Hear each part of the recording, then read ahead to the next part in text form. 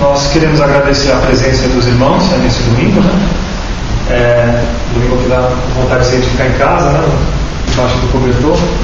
E a gente, enfim, tentando aí fazer esse esforço de vontade para acessar um pouquinho aí dos conhecimentos, né, que sempre é nos passado aí pela fraternidade, pelos irmãos, e por uma escola tão querida quanto a fraternidade, né? Muito bem.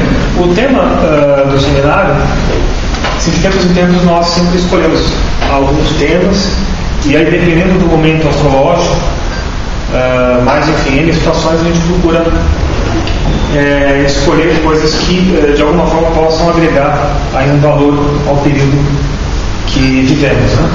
Então, nesse ano nós iniciamos um trabalho com a flauta mágica do Mozart, apresentando a parte musical. A flauta mágica também tem a ver com o Parsifal, embora sejam peças diferentes, uma do Mozart e outra do Wagner.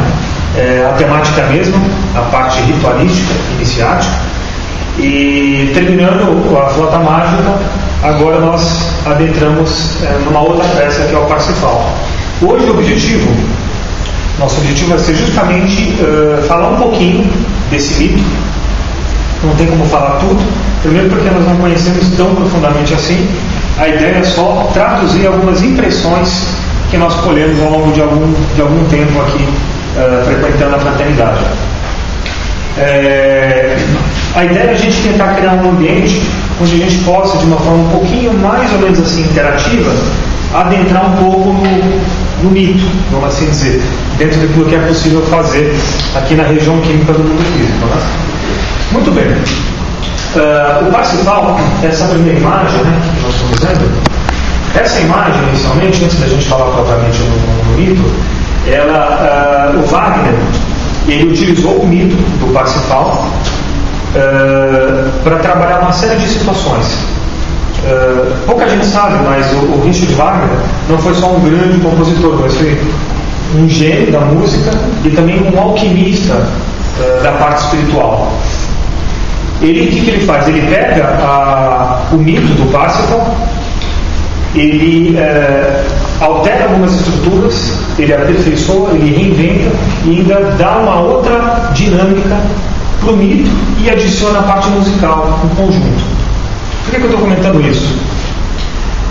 Essa imagem inicial é uma das sugestões que o Wagner deixou do final do primeiro ato, num momento onde um dos cavaleiros do grau ele convida o Parsifal para assistir o ritual no templo.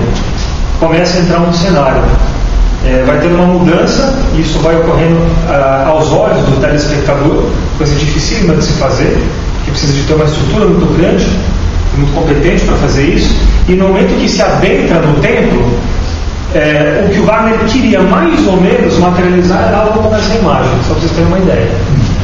Então aqui nós vamos ter que se assemelha também ao rei Arthur e a tábua redonda, né, os cavaleiros do Graal. A gente vai ter depois a falar um pouquinho desses dois mitos, né? Então aqui nós temos a entrada dos irmãos que comungam. O que a gente fez aqui agora há pouco foi a mesma coisa, de uma outra forma, mas basicamente é a mesma coisa. Nós celebramos o ritual do equinócio, né? Nesse momento. A somatória das fases de todos os envolvidos seria como se nós estivéssemos aqui sentados em volta, e aqui o Graal, o cálice do Cristo.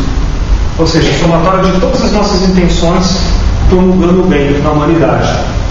E aí, o que o Wagner faz é justamente o que nós falamos no ritual agora há pouco. Ele consegue musicar tudo isso, né? A gente vai falar um pouquinho disso. Mas assim, isso aqui é só uma ideia de cenário para se construir. Então dá para se imaginar a dificuldade que é em termos de dinheiro, de investimento, de competência, enfim, de mão de obra para poder se fazer todo um trabalho do Parsifal. Mas legal. O que a gente vai fazer? A gente ainda vai deixar essa imagem, aí eu vou fazer uma pequena brincadeira com vocês. A ideia tem um pequeno trechinho do Parsifal. Esse trecho que eu vou colocar é exatamente o trecho do momento da entrada dos cavaleiros para assistir o ritual do templo. Só para você ter uma ideia, juntando a situação de som com essa imagem que nós estamos vendo. Questão de uns 3, 4 minutos. Tenta imaginar essa cena, né? A gente participando de um templo, de uma reunião no templo etérico, e as pessoas comungando o cálice do Cristo, né?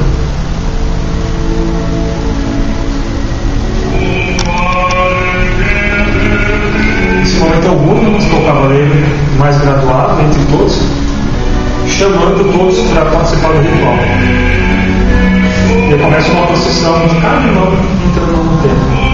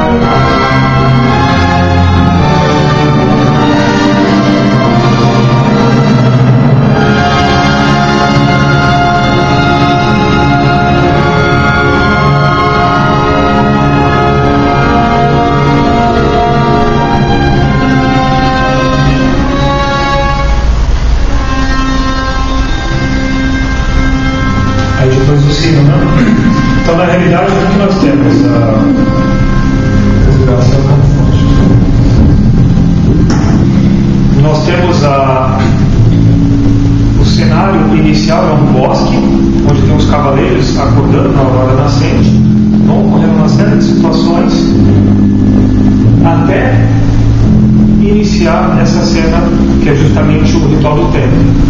O Gurdjieff chama o Parsifal e fala: olha, aqui não existe tempo e espaço.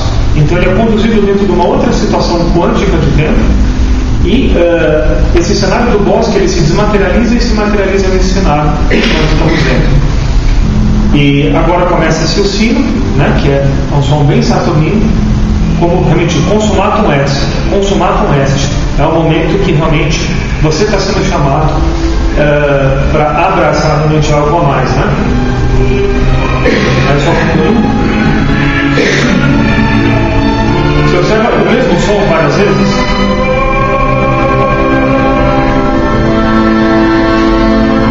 E aí se materializa o grau, começa a vir como se fosse uma bomba, né? A irradiação do grau e todo se eleva no ritual.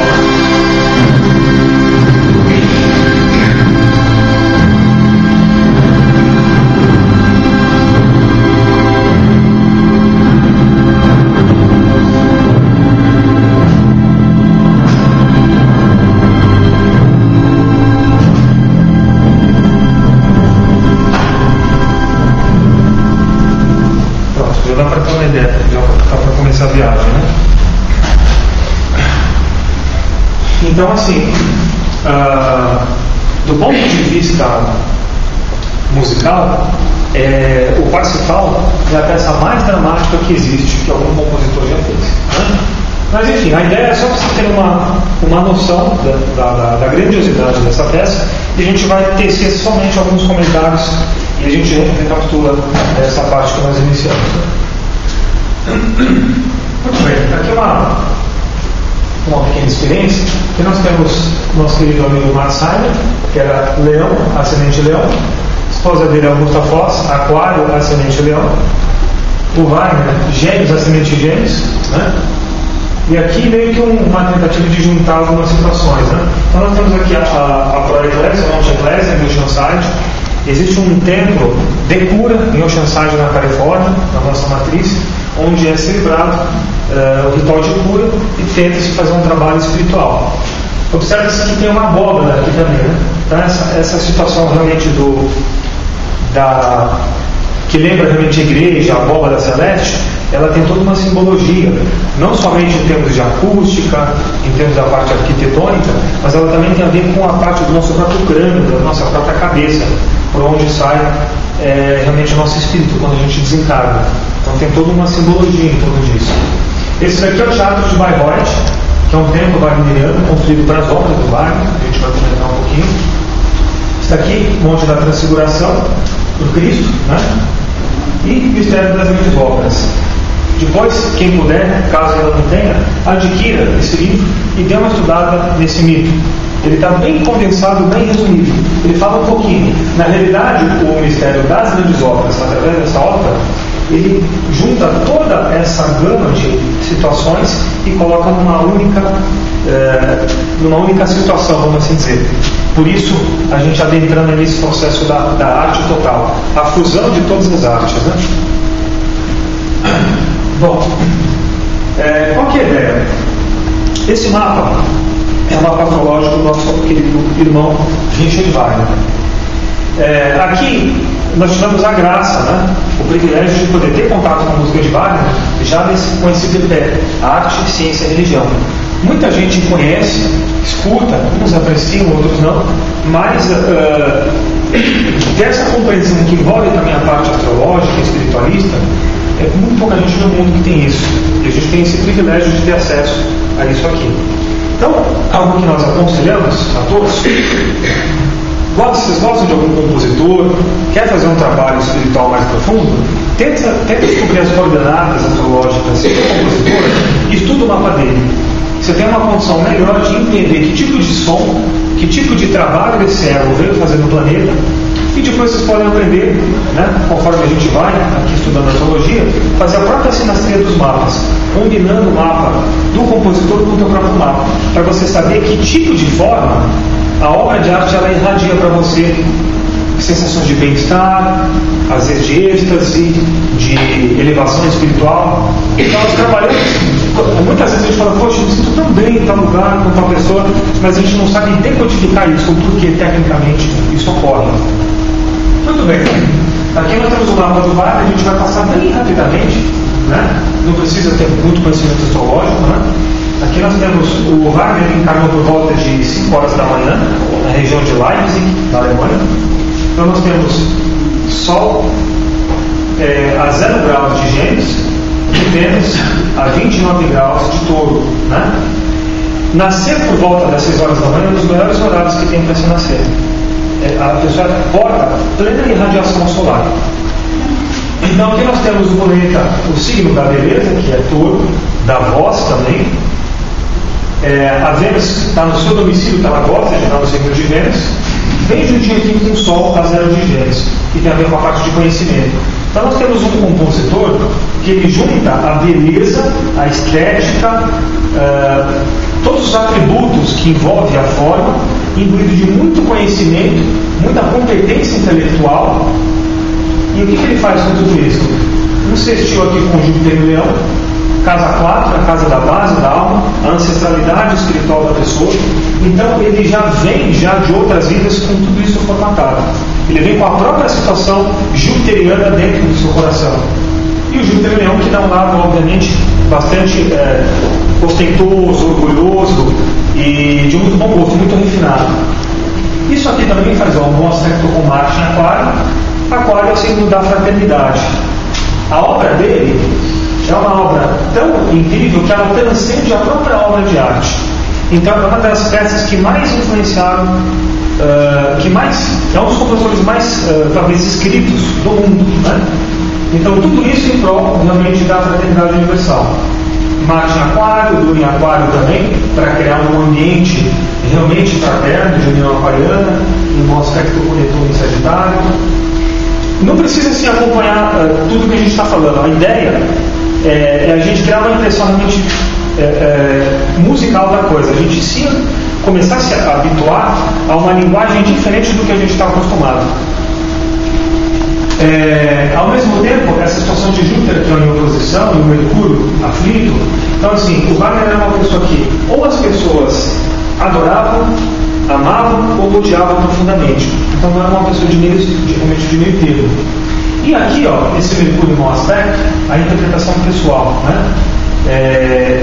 Provavelmente muito do que se escreve a respeito dessa obra, se escreve a respeito do próprio compositor, não se sabe até que ponto é ou não verdade. Então ele era uma pessoa muito perseguida por críticos, por pessoas com, enfim, as mais variadas intenções. Então a gente tem alguns aspectos que envolvem uma atenção da parte da persona, da personalidade, mas no que envolve o quesito espiritual, ele tem total condição de passar realmente uma arte do futuro. A música de Wagner, ela vai ser uma das músicas mais escutadas no futuro. Ainda pouca gente acessa isso.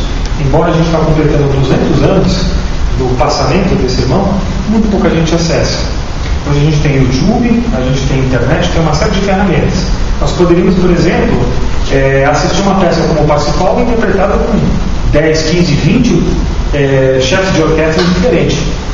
A gente tem mais acesso hoje em dia a esse tipo de coisa, embora não seja tão fácil achar. Mas nem por isso a gente vai conseguir acessar isso. Porque para se ter acesso a esse tipo de coisa, precisa ter o diapasão, uma ressonância espiritual. Não é só uma música para agradar os sentidos, né? Muito bem, arte total. Como a gente colocou no livretinho, qual que é a ideia? Nós temos dois caminhos, né?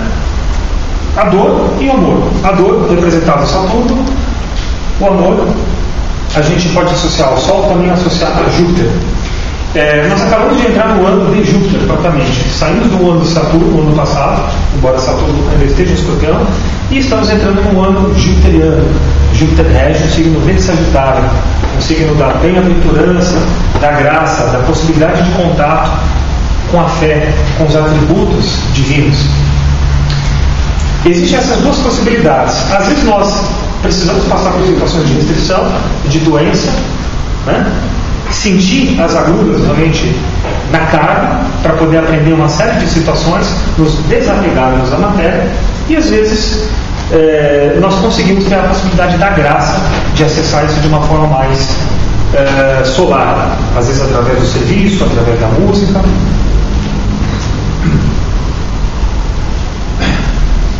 Muito bem. Júpiter, uma informação técnica. A gente sabe que todos os anos nós comemoramos o nosso aniversário. 365 dias é o tempo que o Sol leva para fazer, que o planeta Terra leva para fazer um movimento de translação, né? O seu percurso em torno do Sol. Cada planeta tem uma determinada velocidade de rotação e de translação. Quanto mais longe do Sol é esse planeta, mais tempo demora para ele fazer esse movimento. Quanto mais próximo do Sol, mais rápido ele faz. Mercúrio são 88 dias que ele leva para completar o ciclo dele em torno do Sol. A Terra 365, Júpiter 11 anos, Saturno 28 anos. Por que nós estamos comentando isso? Enquanto Saturno leva 28 anos para dar uma volta no nosso mapa astrológico, Júpiter passa quase 3 vezes. Ou seja, nós temos acesso aos atributos da graça quase 3 vezes. Só que parece que na maior parte das vezes a gente sintoniza mais com a parte saturnina.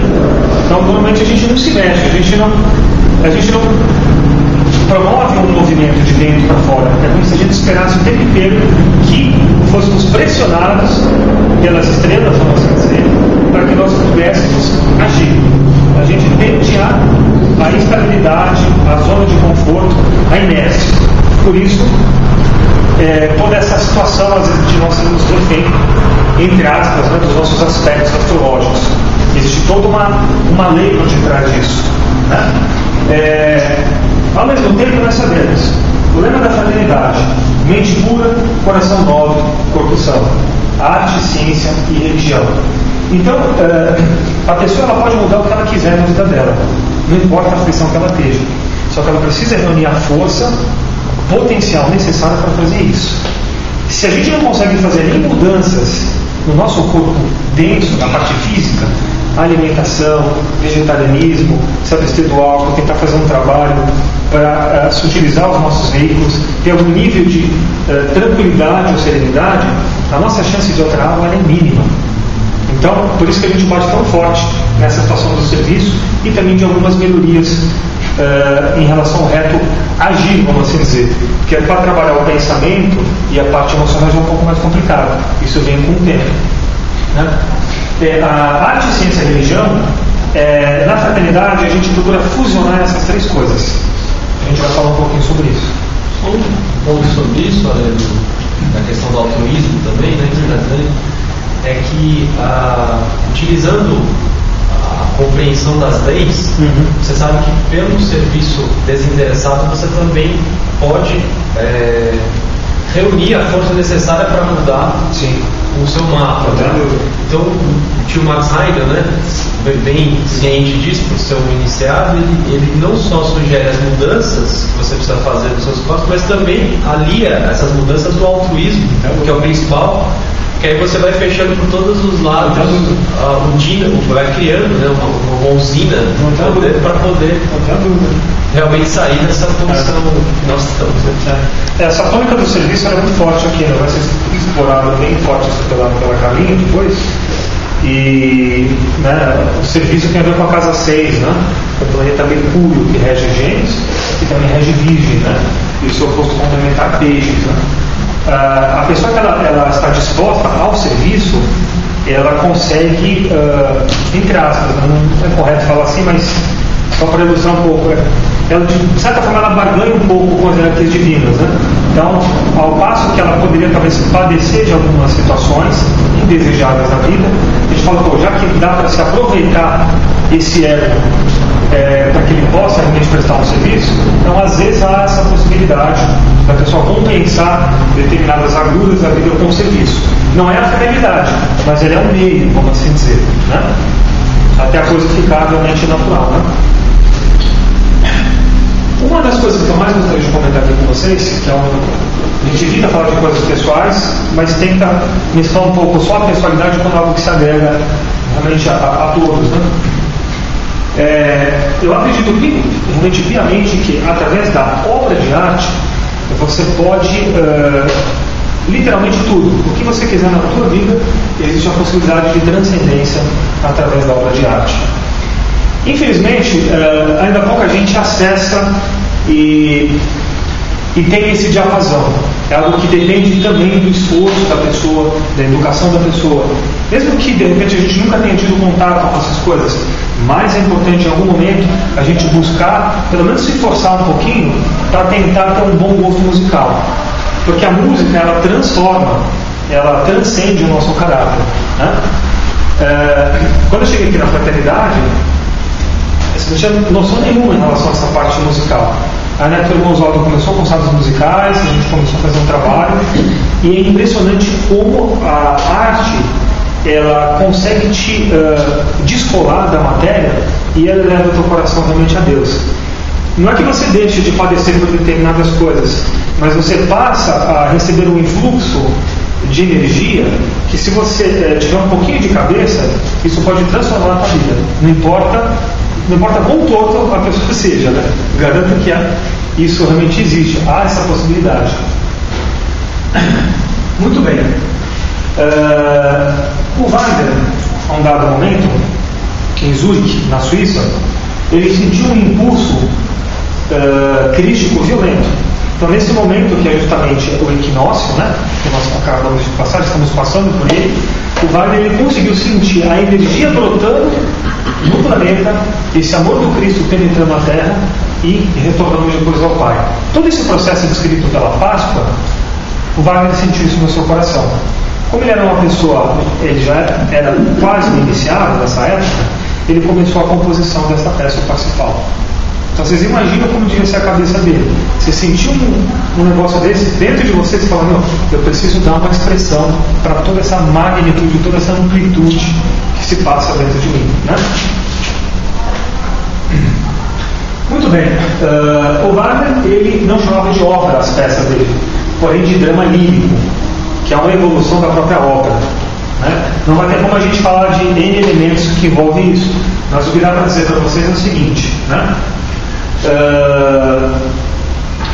O Parsifal, ele consegue juntar elementos agregados na própria parte da composição, aliados à parte espiritualista, que faz com que a ópera seja algo pequeno próximo. Então toda a peça ela tem uma estrutura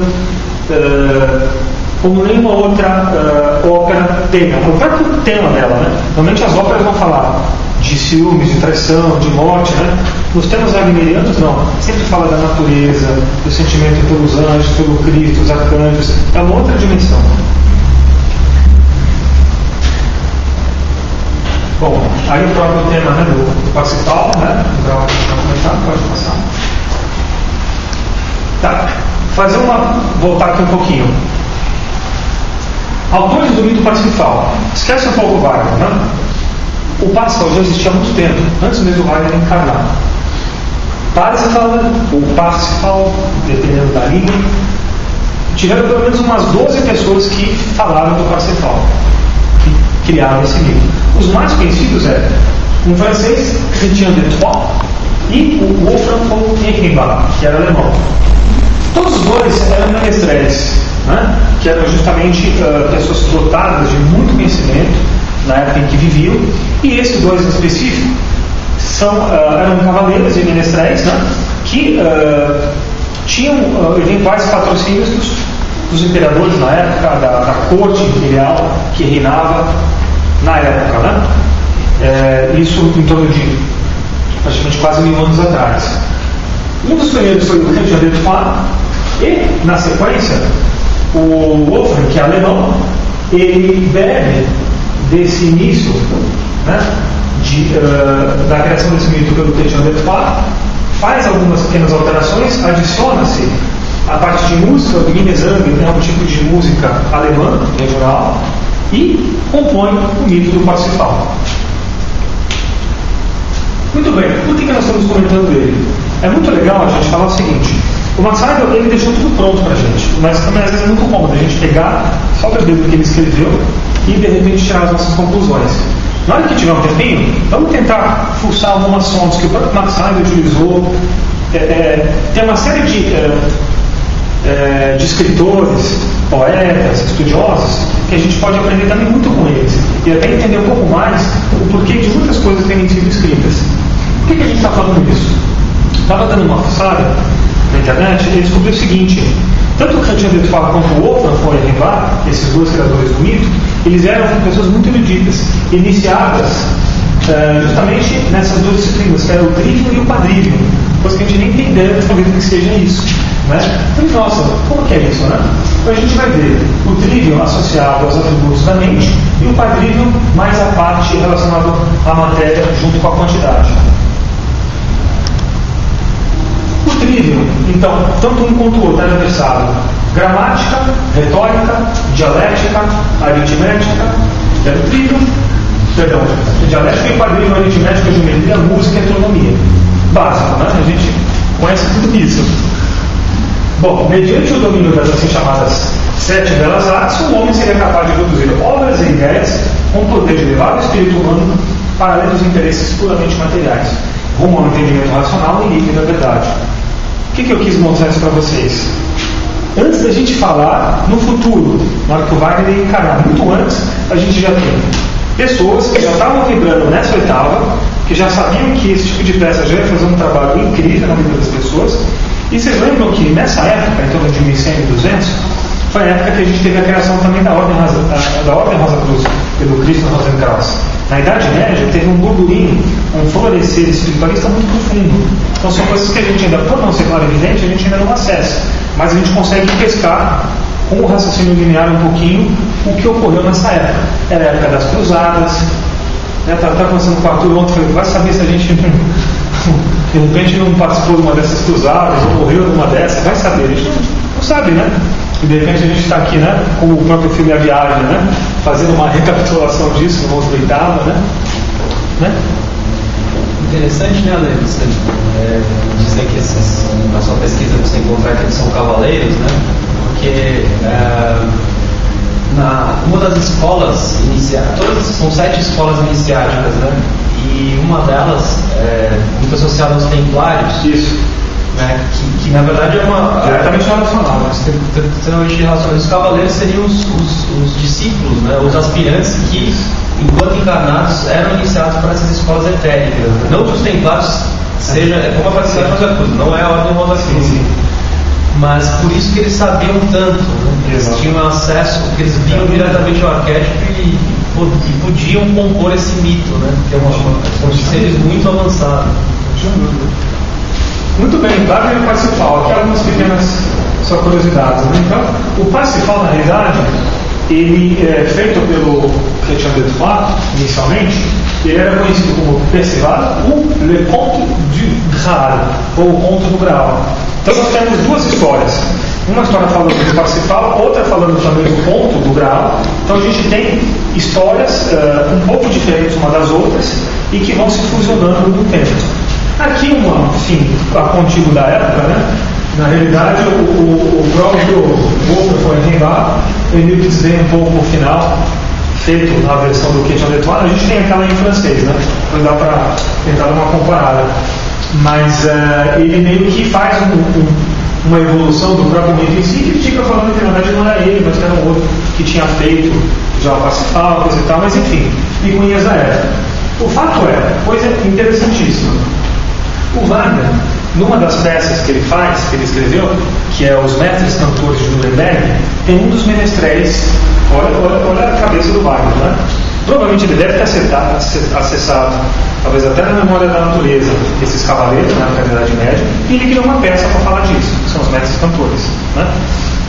O principal cavaleiro, que é o vencedor do concurso, consegue cantar o amor na sua maior amplitude do que todos, e que ganha a mão da mocinha nesse torneio, chama-se Wolfram von Eichenbach. É um nome que ele dá em gratidão por ele ter criado o Parsifal. Você vê como um bom geminiano, né? Então ele junta um evento de que está lindo aqui na tela em quadrinho, e ele coloca aquilo no plano real. Então aí você já começa a ver que o Wagner, por ser duplamente geminiano, ele consegue fazer um trabalho de Mercúrio, com as próprias asinhas do Mercúrio tão grande, que os mundos que são paralelos, eles passam a começar a se tocar. Então, aquilo que ocorre numa dimensão, ele não está tão afastado assim da nossa própria dimensão. Tudo está interligado. E ele consegue te ajudar a você começar a ter uma percepção disso. Você começa a trabalhar esse processo clarividente, vamos assim dizer, em termos musicais, em termos de obra de arte. Muito bem. O que eu recomendo a vocês? Se tiverem interesse no Parsifal, primeiramente, pega o Mistério das Grandes Óperas e estudem. Se tiverem mais condições, se tiverem com um Saturno mais afinado, vai, pesquisa e leia o mito na íntegra, que aí tem N correlações. O que a gente mais recomenda são esses dois, o do Quentin de Foix e do Wolfram von Eichenwald, o francês, e aí o alemão. O Wagner, o que ele faz? Ele pega esses mitos todos, ele modifica algumas estruturas, melhora, reinventa e faz algo muito mais além. Trabalha realmente em gênese, que é algo nem pensado talvez pelos próprios criadores do mito. E consegue juntar texto com a parte musical. O Parsifal, o Wagner levou 26 anos para poder compor. Só 26 anos. Ele já era inteligentíssimo. Qual é a grande diferença do Parsifal, do Wagner, em relação a todos os outros músicos? Normalmente você tem um que faz a parte escrita, outro faz a parte musical, outro vai fazer a parte de cena, teatro e tal. O Wagner ele fazia tudo. Ele fazia o libreto, a parte musical, o mito, ele reinventava o mito. Tem os leitmotivs, que ele gera esse conceito do drama lírico. Ele não gostava que chamasse de ópera as peças dele. Você lembra no início? O tempo inteiro tem esse tema. Isso é de propósito, não é à toa. Então ele tem algumas estruturas que ele repete o tempo inteiro. Por quê? Para ele lembrar das suas origens espirituais. Ele faz um trabalho alquímico com o som. É algo que a gente acha bonitinho, mas não tem noção do que aquilo está mexendo nos nossos veículos. Aqui tem, assim, toda essa situação que ele faz, ele tinha um lado talvez um pouco megalômano, né? Mas não era uma megalomania propriamente gratuita, né? O que ele queria era uma arte do futuro, algo que fosse muito além do momento presente. Então, em função disso, se não existia, ele tinha que de alguma forma reunir condições para ele mesmo criar, né? Então aqui tem as tubas wagnerianas, que para chegar em algumas estruturas musicais mais graves, não tinha instrumento na época. Ele falou, então vamos criar instrumentos para fazer isso. Ele fez as tubas. Tinha um teatro de Bayreuth. Essa peça Parsifal, ela foi construída para ser ensinada no teatro de Bayreuth. A gente vai comentar um pouco sobre esse teatro. Aqui só uma curiosidade, Mercado Livre, isso aqui eu achei bom. Você vê que é a coisa mais próxima da gente que parece. E aí tem lá no YouTube, o cara tocando jazz, tocando várias coisas, né? E tocando também uns trechinhos do Anel, muito legal. Bom, Bayreuth. Não sei se todos já conhecem, existe numa cidade na Alemanha, perto de Munique, a 300 quilômetros de Berlim, uma cidadezinha pacata. O que conseguiram fazer nessa cidade é uma coisa incrível, porque ela reúne uma tranquilidade de uma cidade interior com uma cidade super dinâmica, como Munique, por exemplo, ou qualquer outra cidade da Baviera de primeiro mundo. Então Wagner, você imagina, ele ficava muito impaciente, irritado, porque não conseguia, na hora que ele tentava interpretar algumas peças, passar em alguns teatros, não dava para ter o impacto que ele queria. Então ele vai estudar toda a estrutura grega dos teatros na época, e aí ele concebe, juntamente com outro engenheiro, um teatro grego. Então ele fala, não, eu preciso construir um teatro para poder passar essa peça. Tenta-se, foram inúmeras tentativas. O Wagner estava quase pendurando as chuteiras, literalmente, porque ele sofreu muito, né? Porque é um cara muito pessimista. Com 51 anos de idade, ele consegue um patrocínio do rei da Baviera, o Ludwig II, que se apaixonou pelas obras dele e realmente foi um anjo enviado para que pudesse fazer esse trabalho, que envolveu muita grana para fazer isso. E você tinha que ter muita força para você bater de frente com todo o sistema político na época, né? A gente já teve a oportunidade de ir até o teatro, não assistir a peça, mas conhecer. É fantástico, é gigante o lugar assim, né? Então realmente é incrível, tem uma energia fantástica a cidade. E todos os anos tem o Festival de Bayreuth. O empreendimento, eu estava vendo uma coisa que eu fiquei surpreso, depois da primeira récita, não foi o Parsifal que passou nesse teatro, foi o Anel dos Nibelungos. O Parsifal foram 5 anos depois. Em 1876, depois da réplica, o empreendimento foi quase a bancarrota, porque envolveu muita grana e não teve retorno esperado. Hoje, passados esses 200 anos, você tem uma fila média de 10 anos para você conseguir entrar nesse teatro. Você paga no mínimo 2.000 euros. Você fica 5 dias e vê as peças. É um empreendimento que quem conhece e saberia mexer ganha muito dinheiro, porque é um negócio muito especializado. Mas é um negócio que, quando começou, mesmo lá na Baviera, que é onde eles têm acesso a tudo, a coisa quase que teve mente por um filme. Esse aqui é o interior do teatro. Então, de qualquer parte do teatro você tem uma visibilidade do palco. E esse daqui, que é a grande novidade, é um fosso.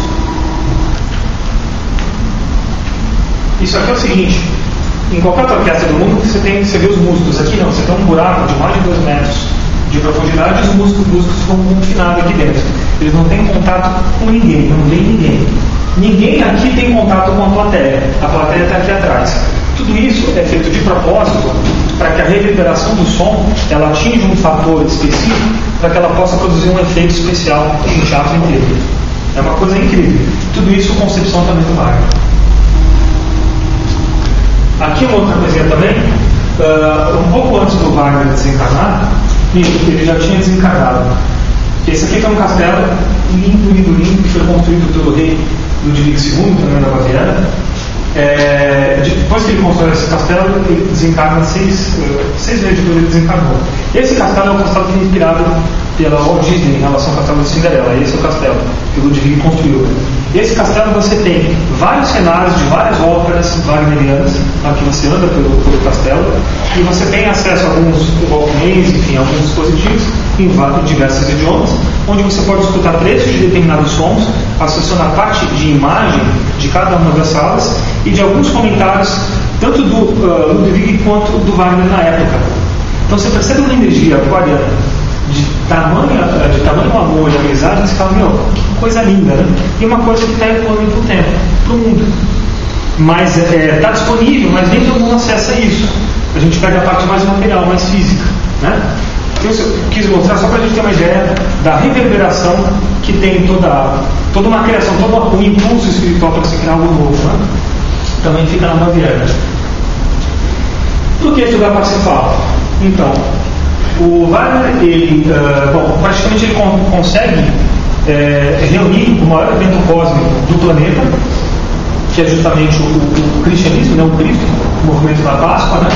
Então ele coloca isso musicalmente. Max Heidel, acessando isso, sabendo da importância dele, faz o mistério das grandes obras. Vamos fazer uma brincadeira. Imagina um livro como o Conceito Rosa Cruz, como Anônimo, enfim, grandes mestres aí criando todas essas obras maravilhosas.